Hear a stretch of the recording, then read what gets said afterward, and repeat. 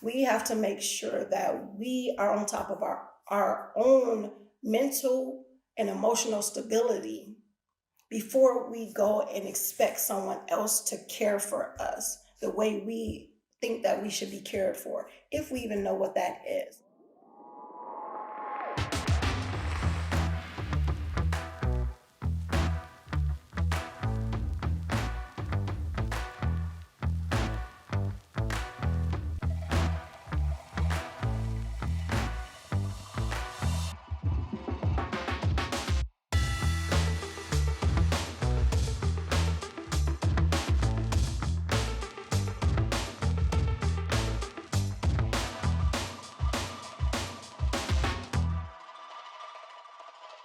Assalamu alaikum. Peace is your Coach Nyla, one of the founders of Outstanding Personal Relationships, as well as co-author of the book Let's Talk Polygamy Uncensored.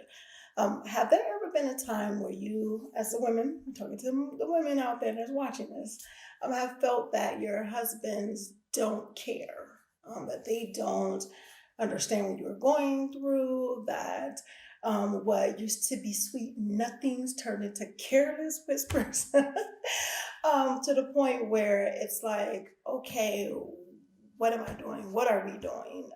What has happened?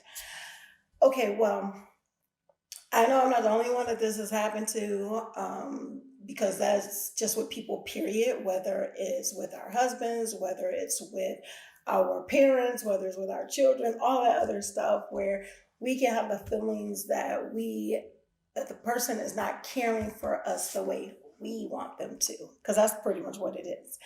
And just being able to teach on that and train on that is very important, because we do not want to put a person in a category of saying that they don't care about us when they could possibly care. And if we marry them as spouses, we know that we married a person that cared. I'm pretty sure that we are not going around looking and saying, yeah, I'm going to marry this person and I know he doesn't care, or I'm going to marry a person that's not going to care about me. I'm pretty sure that's not what we are looking for in a spouse. So when it ever comes to a point in your life, in your relationship, in your marriage, where you're feeling like that you are not, your words aren't being heard, your feelings aren't being validated or being um, protected, or you're having some issues with really getting your feelings out for your spouse to understand, let me give you a few tips. Because if we are really trying to get them to hear our point, understand how we're feeling, see what we are seeing, it's not going to be that way. People don't see eye to eye on a number of things. And what I mean, see eye to eye, meaning that they don't see the same thing. All right. We may feel a certain way as women that men won't understand. We may feel a certain way as women about a certain thing that men may not, it may not even bother them either way, shape, or form. I remember Coach Nazir stating one time that um, he looks at things in a different view, where it's almost kind of like motivation, mortality motivation. That's the word I'm looking for. Or, where you look at it in a point where if this person was to get into a car accident, if this person was to be hurt, if this person was to die, would this thing that we are arguing about, or we are talking about, or we are having a disagreement on be that big of a deal? Will we be fussing at them on their deathbed or our deathbed or anything like that? I get that. I get that from that standpoint. This is why I say being able to understand personality types, being able to understand, how another person views the world or views certain things is very important, because it helps us to understand them so we can get them to understand us. They're not going to always see it the way we see it. That does not invalidate your feelings. However, I do agree, which I've been told time and time again, I'm a filler. I am an INFJ. It is what it is. I'm a super duper empath. And yes, there are many times I choose to feel the way that I feel. I guess all the time we can choose to feel the way we feel, because the feelings are the meanings that we put on our emotions. So we can have an emotion of sadness, of anger or fear is like a bunch of different plethora of emotions that we can have. However, the meaning that we put behind them is what drives our feelings, if that makes any sense. Because here's the deal, I can feel a certain way.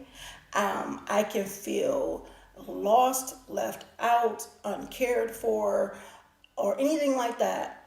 And those would be the thoughts and the meanings that I'm putting behind the emotions that I'm having at a particular time. And during these times, this is when we must ask ourselves these questions. Is what I'm feeling true? Can we look at points in our lives, points in our relationships to say that this person has demonstrated this, that, and the other that show that they didn't care? Or did they demonstrate these things that did this, that, and the other, that demonstrate this, that, and the other to show that they did care? Now, as I stated before earlier, did we get into a relationship with a person that was careless, that did not care about our feelings? If that is the case, then that is also something we need to take responsibility for. We have to take responsibility for our lives, our relationships, our actions, our responses. So if we are feeling that our husband is not caring, that he's not caring about what we are saying, that he's not caring about our feelings, this is a time where we must step back and say, you know what? Is what I'm feeling true? And we could also look into ourselves and say, you know what meaning am I putting behind these things? And we have to realize that we should care for ourselves better than we expect anybody else to care for us, for our feelings, our emotions, our actions, our whatever, our existence, period. We need to care for ourselves more. We have to really stop putting the responsibility of us loving ourselves, us caring for ourselves, us feeling like a validated individual, an important individual, and an amazing individual on other people, because they're not going to see us the way we do.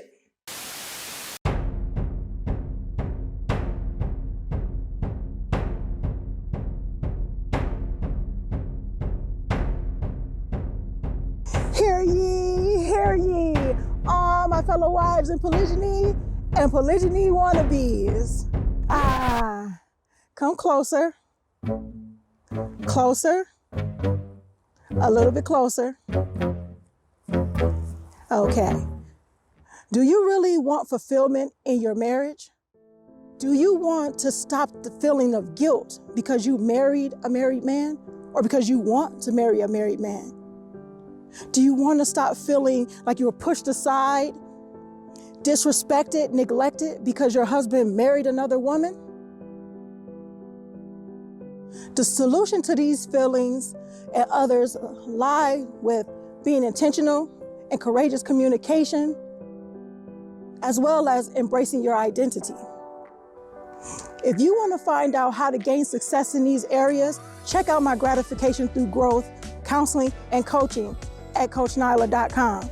And I'll see you on the other side. And yes, we can be our worst critic. We can be our hardest teacher, coach, whatever the case may be. Because a lot of times the things that we say to ourselves, the meaning that we put behind things, and the things that we say to ourselves, we would not dare let someone else do that to us.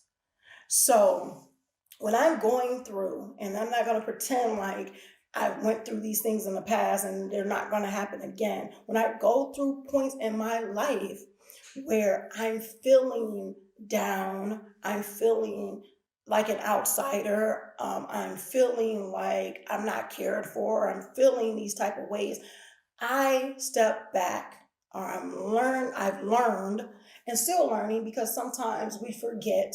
We'll be so caught up in our emotion, so caught up in our feeling, that we'll forget and we'll generalize, distort, and delete. And I'll sit there and say, okay, is this true? am I feeling some way about myself right now and I'm projecting it on someone else? Am I feeling kind of low? Is there some things in my past that I have not gone through, like grew through? Is there some things in my past that I have not sat down and confronted and got it done and over with, that I'm allowing it to plague my energy, plague my psyche, and now I'm putting it out there and I just let it blow up? Am I doing these things? We have to ask ourselves the important questions. We have to make sure that we are on top of our own mental and emotional stability before we go and expect someone else to care for us the way we think that we should be cared for, if we even know what that is. Because sometimes what we may say one minute will change the next. And then so it's like, okay, what is it? Do you know how you want to be cared for? Sometimes we don't know that. So we need to go and inspect ourselves, inspect our emotions, inspect like our things that could be plaguing us in our lives, and have a time out. We can take a time out and reflect. Not only reflect on what could have caused us to feel this certain way, what meaning we put behind these things to allow us to feel this way, but also reflect on the amazing things about us and reflect on how great we are. Because the more energy we put to whatever it is we put it to, that's what's going to be big in our minds. That's what's going to be big in our lives. If we put energy to negative, and a lot of energy to negative, we're going to get a lot of negative. When we put energy towards the positive, we're going to get a lot of positive. Life is full of ups and downs. Relationships are full of ups and downs. However, being able to be transparent enough to speak your piece, but don't expect someone to see it exactly how you see it. And also, when they don't see it the way you see it, be careful with putting a label on that person, because they may not have given you the response that you wanted to have. That's a reminder for myself as well as a lesson to you. Hope this gave you guys some good insight, just some good information on when it comes to thinking that people don't care about you. When it all comes down to it, if we married someone, I'm pretty sure we didn't marry a person that was careless, meaning not just that, they don't think before they do things, but that they just don't care about you. I'm pretty sure that that's not the case. If there are times in your life where you feel like maybe you've fallen into a rut or anything like that, make sure that, you speak about it, communicate about it, and try to figure out ways that can pull you out of that rut. Maybe sometimes we tend to get too familiar, meaning that we're not spicing things up. We're not um, asking each other the questions that we want to know about each other. We're not finding out more about each other. We're not finding out about the other's growth and changes and different things in life, because things change. Sometimes we get so familiar that we say, well, this person should know how I feel. This person should know what I like. This person should know this and that and the other. I'm still, after almost 12 years, still learning Coach Nyla. And I know he's still learning me, because we're changing and we're growing and we're evolving. It reminds me of what Deval Ellis is, one of a family, the Ellises that I kind of watch, that I watch on YouTube from time to time. Kind of follow them because they're really cool, funny, and just remind me of my family. But he stated that, I think he and his wife been married for 10 years, and he said on their anniversary that he is learning more about this person. He said this is a new journey. Every day is something new. She's always a new person. Every day she's a new person, meaning that she's growing every day, even if it's a little, day by day. It's a different person. This is not the same person you were with yesterday. So we got to be careful with putting labels on people and expecting them to be in a spot that we've seen them at in another point in time. And we need to be more graceful with ourselves and enjoy the beauty that we are putting out in the world, and be intentional with putting that beauty out in the world. And the more we give, the more we're going to get. So the more positive you give, the more positive you're going to get. And the more negative you give, hey, that's how it goes.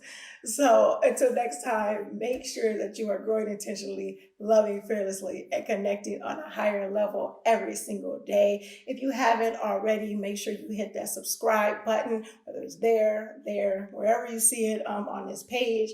And I look forward to seeing you in the next video. Once again, Coach Nyla, I'll see you soon. Assalamu alaikum. Peace.